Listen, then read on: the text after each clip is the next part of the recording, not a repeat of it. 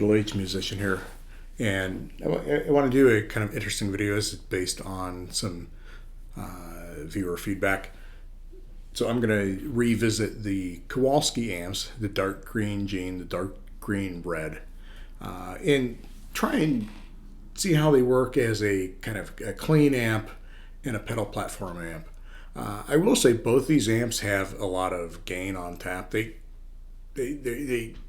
definitely have that sort of modified amp sort of feel, but let's talk about how they operate when you know don't have stuff cranked up on them, and kind of I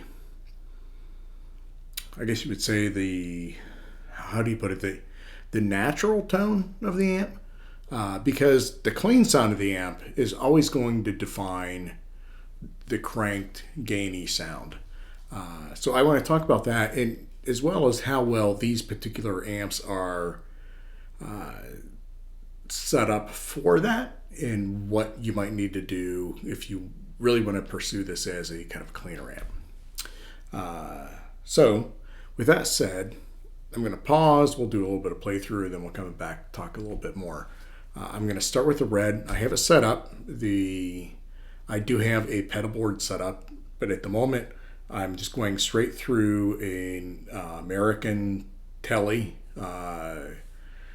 anniversary edition 10, 15 years ago, whatever it was. I think it was a 60-year. Going straight into the amp, and then I'm taking that into the 1x12 speaker. That's my Princeton, which is a Cannabis Rex, Eminence Cannabis Rex, an Sennheiser 609 microphone into the Focusrite Scarlett, into well, I guess I'm going to just take that into QuickTime. So that's the signal chain. Not a lot that's fancy about that. So what I'm going to do, I'm going to play straight into the red and kind of twiddle the knobs a little bit and show you kind of where you need to be gain wise, between the two, gain 1, gain 2, and the two. It's not really channels, but the sort of where the cut is. And then I'm going to take the green, do the same thing, and then I'm going to apply the pedal board. I'll take a consistent setting on the Kowalskis and then kind of play around with the pedal board. So that is the plan, and hope to see you follow along. Thanks.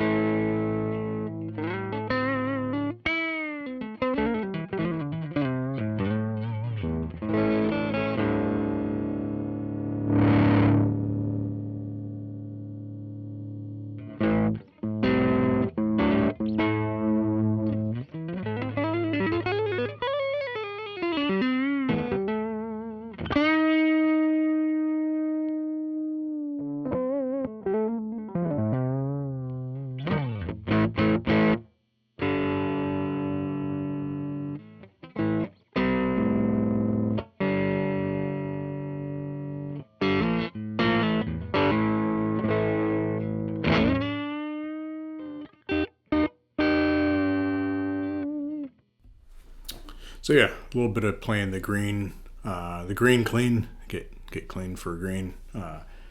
It actually has a lot more headroom than the red. Um, you can crank the post all the way up, but more than that, the gain one, there's not this tiny little, geography size of Delaware you can deal with. It's a little bit more. When it breaks up, it really breaks up. It's very British, and you think about plexi. Plexis don't really, which is kind of the sound this has. A plexi doesn't really break up for a long time. The red you think of as being kind of a Fender style, American style amp, but it breaks up pretty quickly. It's a little more like a boogie. But yeah, all that being said, they both have their own thing. I think the clean sound on either, it's apples and oranges. The green has that definitely kind of British plexi, kind of smack you in the face with a fish, kind of hammer or whatever it is. Kind of sound, a lot of treble in there. The red clean just sounds good, really good. I mean, they both sound good, but the red has its own thing where it's clean sound, very round, very like it. You could almost go jazz with it, right? It just you just got to keep that. It wants to break up on you so fast. Got to keep that in check. If you were buying this for a clean amp, I don't really know which way I would go. You can do either. The red, most of what the sound is going to have is pretty aggressive, and you could go, I would say progressively aggressive, but it gets very aggressive very quickly. The green kind of eases into its aggression a little bit, so being cranked, you're going to hear more of that. And so you could think kind of a clean plexi or maybe even a Vox kind of vibe a little bit, but I don't know that you would necessarily buy either of these as a clean amp. I think if you wanted either of these as a clean amp circuit, especially the red, you'd probably tell Doug Kowalski, hey, this is what I want. Can we change some values in? It's basically the preamp circuit in the inputs and a couple other places. There's just a couple of resistors you want to change, basically, and maybe some caps for some of the filtering going on. But a handful of components. This small shop guy, I'm sure he would do that, and you would have a really good that sound with a little more room to explore. So next, I'm gonna put some pedals in front of these and see how they react. But yeah, so this is what I have thus far. Hopefully, the knob twiddling, you kind of see where you get those where you start hitting these limits.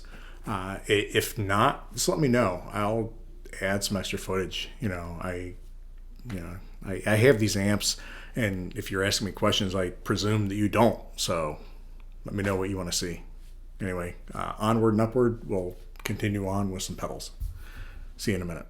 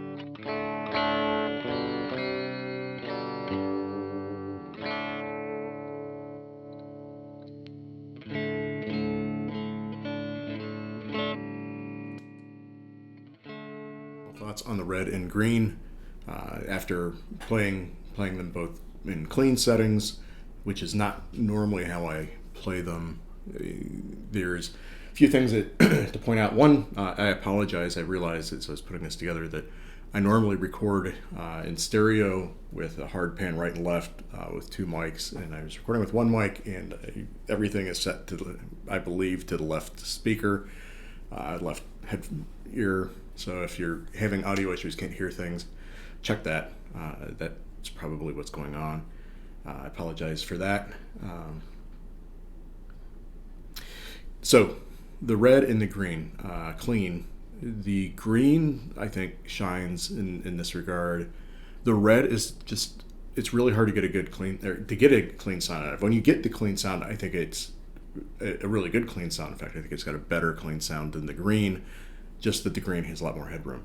That being said, at any given volume, the red seems like well, not any given, but these clean settings where you really, what would you call kind of the gain 2, which you use kind of as a volume, you have a lot more range with that on the green. In fact, you can crank it all the way up. On the red, after noon, it's questionable. You can kind of get up to about 3 o'clock before you've totally just given up the ghost of anything clean. But I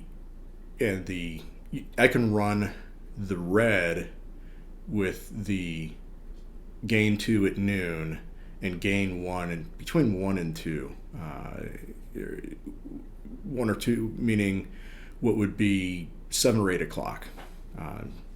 Just before being parallel with the top and bottom of the chassis, and that after that, the red's just going to get too dirty. It has a very limited range of clean, but it is louder at that than the green with gain 2 all the way up, and the gain 1. Where do I end up with it? I think I wound up with it. Yeah, just past 9. So just a little tilted up towards noon.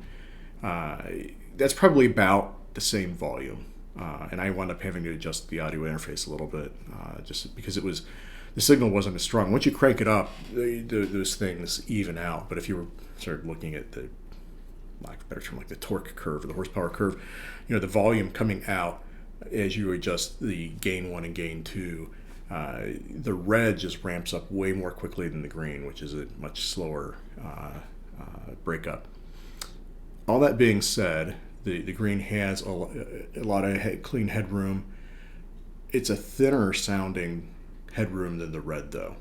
The red just has a little more rounded sound to it, and for a clean sound, I prefer the red clean sound, even though I have a lot more range with the green. I also tried the MXR Microamp Plus with both of these amps, set so that it wasn't really pushing the amp too much, just giving a little more girth in the sound. And I think that the green benefited from that more. Like an EQ pedal would probably give you a little bit more. I just think that the red just got so much more going on there. Like it's a little more hot rodded.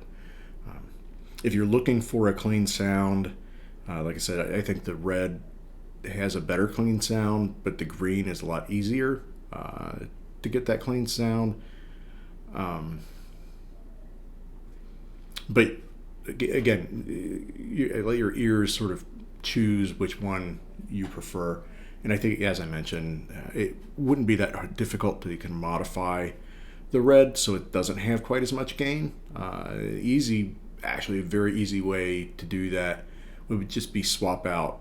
It probably has a 12AX7 for the preamp tube, and just put in the 12AT7 or 12AU7, a lower gain preamp tube would probably get you a lot closer to where you want to go. And you could probably contact Kowalski and say, hey, can you change a couple of components? Really, you're looking at things like the resistors on the input. There's a couple of other things you can change. It'll change the gain, but it wouldn't be difficult. I'm sure you have a surcharge. I can't speak for Kowalski, but being a boutique builder, I'm guessing if you called him and asked him to do that, probably be able to do that pretty easily. I think that's all I really want to say about these amps. They're great amps, very affordable, lots of good sounds. If you could essentially run a pair of these with